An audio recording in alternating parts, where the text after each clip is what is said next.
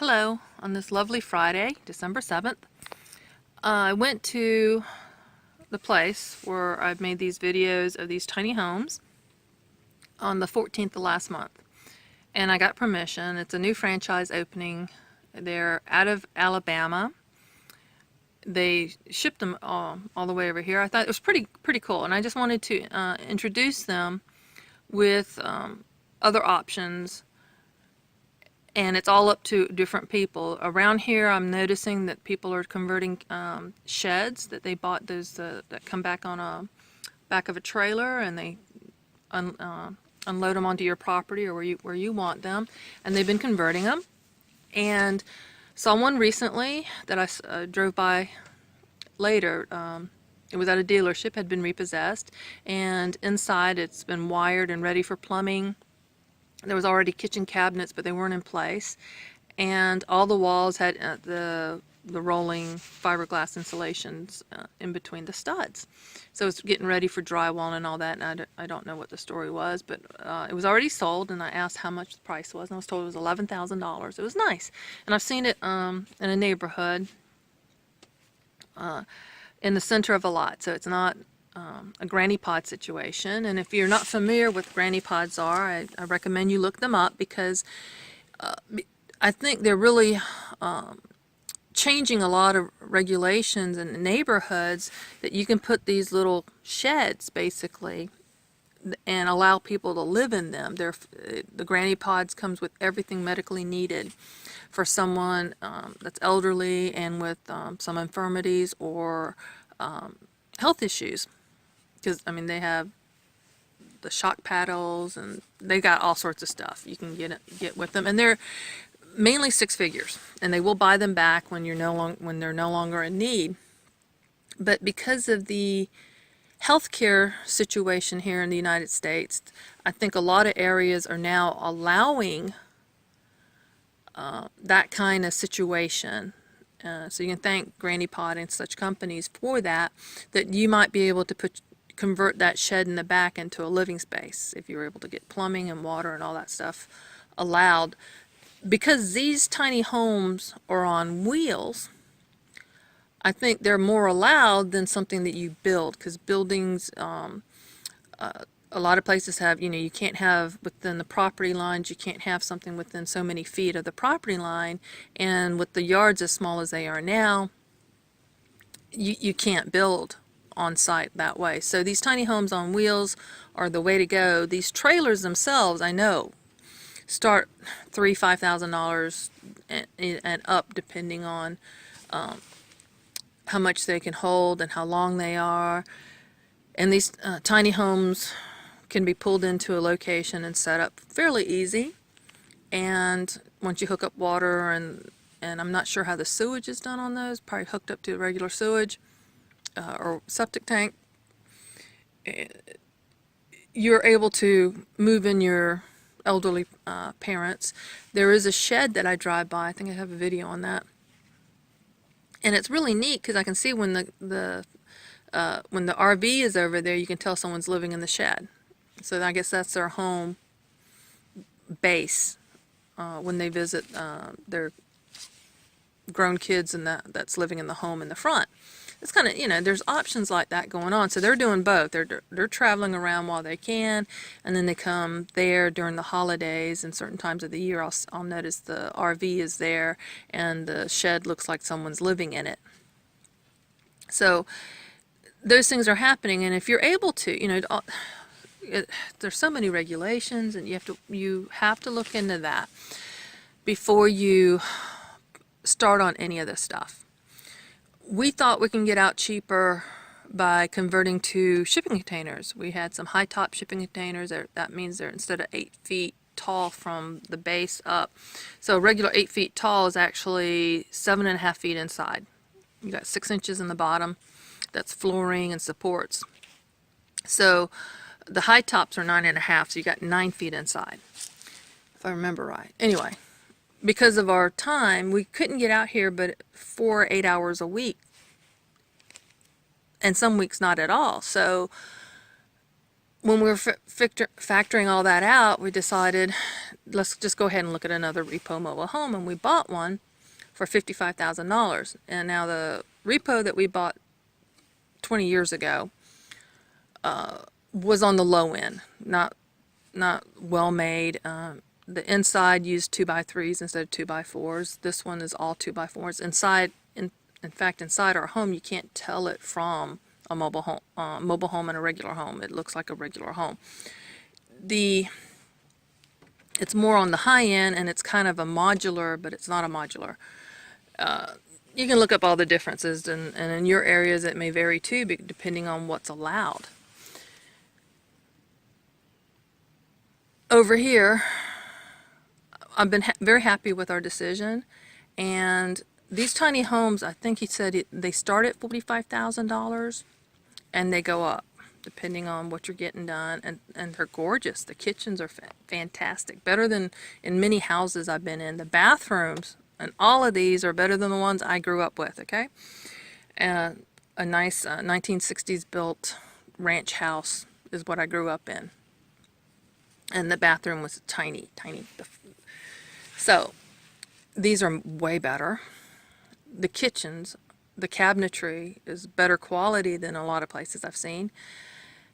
I remark on that more than once. I just think these are neat. Yeah, you could live in a camper, but know that the camper is not going to hold up to day in and day out use of most people. They're made to be light, and a lot of times that means less strength in lighter materials.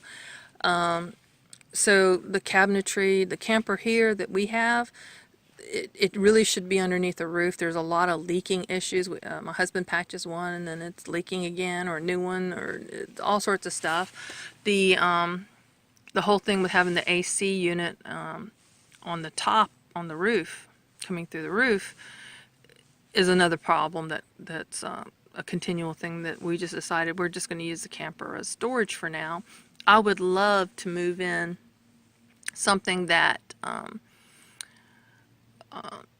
it would have been great if we could have done this sooner, if we could have moved my mom and she had her own little space and she could do what she wanted there, and then I could still take her, because she really shouldn't have been driving for the last several years that she was driving. And if she was here, then it's like, fine, I didn't have to drive an hour to go get her to take her to her appointment. So these things are great. And you have to look at all the different options. We went with what we went with.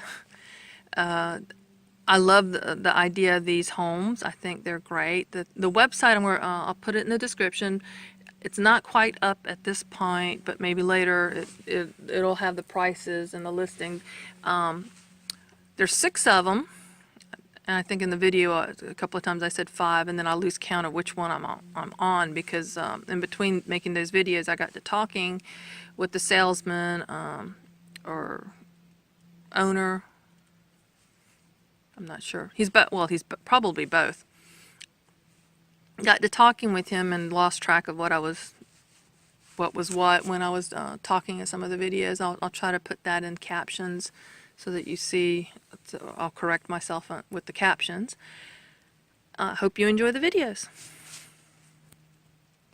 I knew I should have brought my tripod. This is so neat. A new dealership. I noticed them a couple of weeks ago when I drove by. They haven't officially opened. They've got a half a dozen here. Tiny homes. They're made in Alabama, a little outside Birmingham, he said, and they have the license to sell them here. I like this. This is nice kitchen setup, good counter space. Washer and dryer, full size. Oh, 5 burners on this. Nice.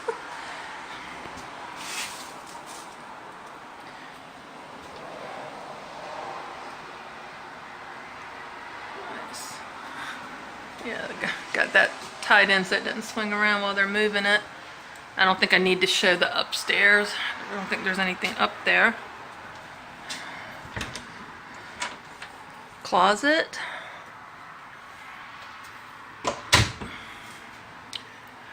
Look at that. A full bathroom.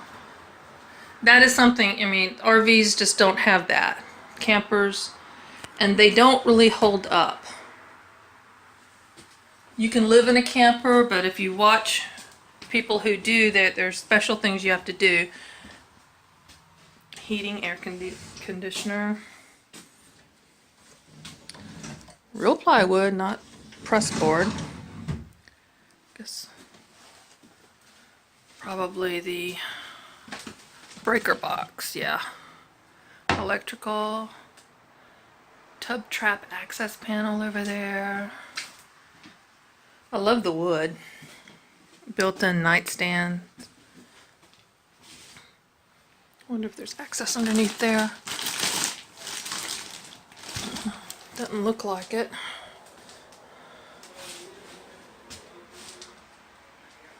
Really nice. Here's the second one. I like the whitewash version. It's all wood, no drywall. Water access. Oh, nice.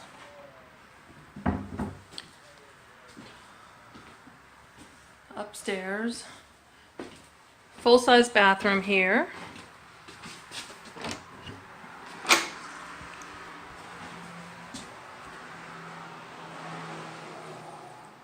Oh, shower. For two. Big. Good size. Nice kitchen. He said that the manufacturers sold, so the new owners, the previous owners were putting in granite and tile and having all sorts of issues of them cracking and ship while it's in transport and being set up and stuff. So they've gotten away from doing that, which I think is wise. You may not like this for, what is it? Laminate countertop. It looks good, but it holds up a lot better in the long run. People don't know granite requires some maintenance too. It's not maintenance free. And it needs to be sealed every year, at least once a year, depending on how much you use it. Obviously this has room for a bigger bed. I think this is a full size. Looks like it can take a queen, maybe a king even. It feels more airy. No, this isn't big. It has a his and hers with a center dresser. But when you go to a tiny home, you do have to downsize. These steps are steep and not recommended for most people. And definitely need some sort of handle or something you can grab onto, or you know, you're gonna have to do this. Storage, place for the kids or younger person. But it's nice that you got full-size appliances.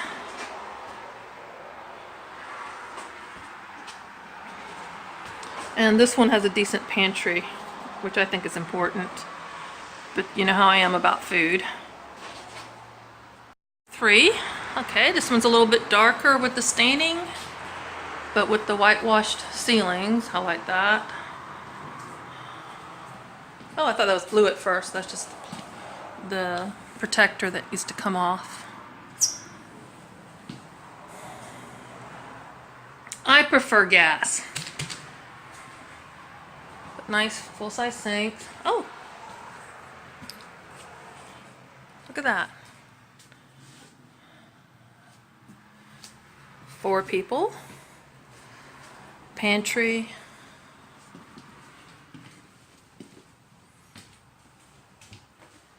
I like this layout, actually. Very nice.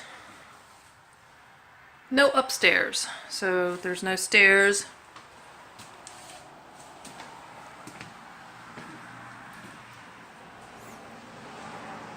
But 2 bedrooms. And of course you can have a futon on both sides that would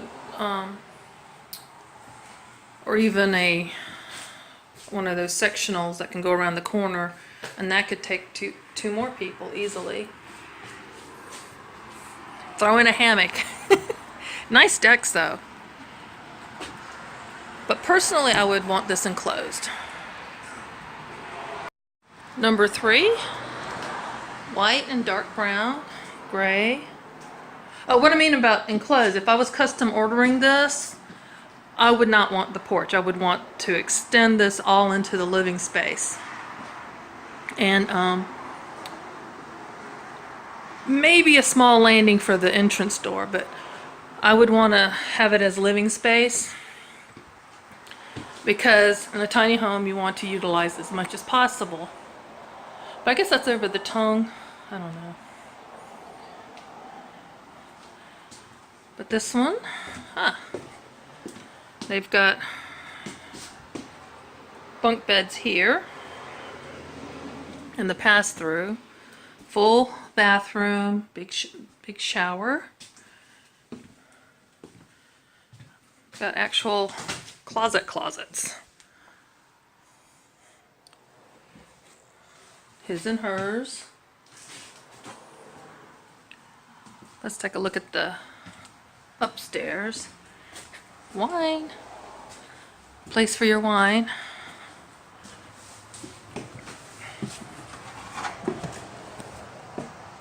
And another area up here. I like that. This is a nice, this is actually, this kitchen is bigger than I've seen in actual houses. Good size houses too. This nice.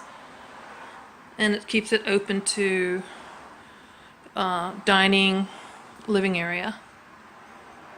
So number 4, there's 5 of them out here. Look at this. I believe I was told they're either 12 or 14s. This one's got a fireplace in the corner.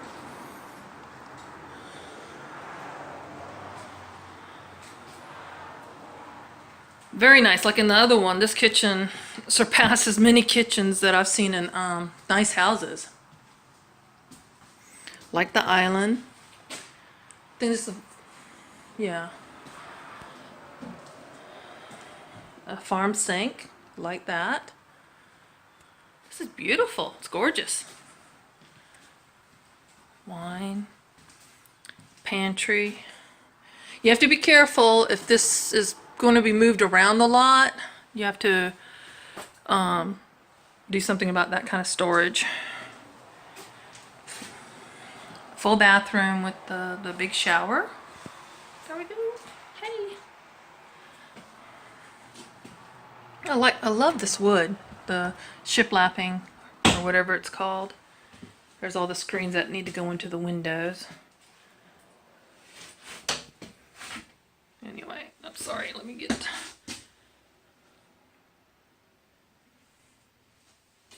So that's one front and back of these units.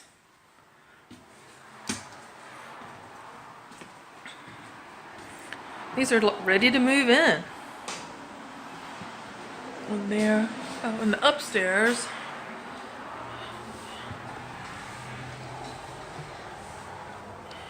Nice. These are gorgeous, isn't it? I could live in this. Of course, I'd have a warehouse nearby with all my others, the stuff that don't fit. Number 3 and 4 look the same from the outside, but they're obviously not the same inside.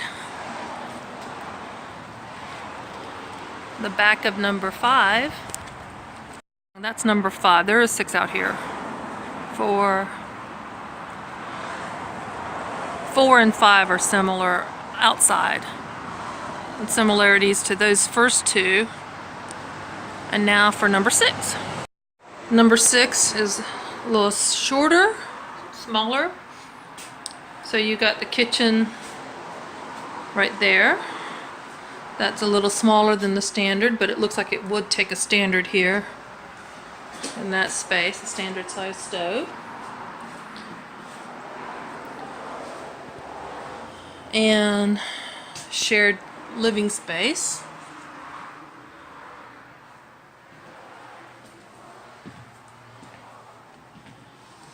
And I guess this is where you would have your clothes. Cubbies.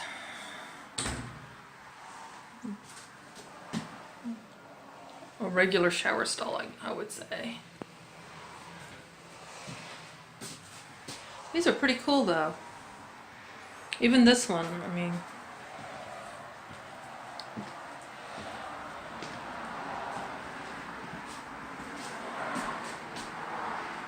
I love the wood. It's all pine. Still a good workspace. So, what do y'all think? Isn't that cool?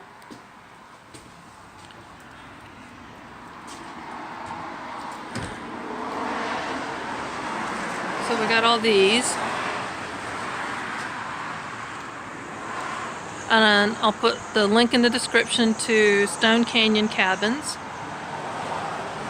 It's great to see these coming up. Thanks for watching. Be a blessing and be blessed.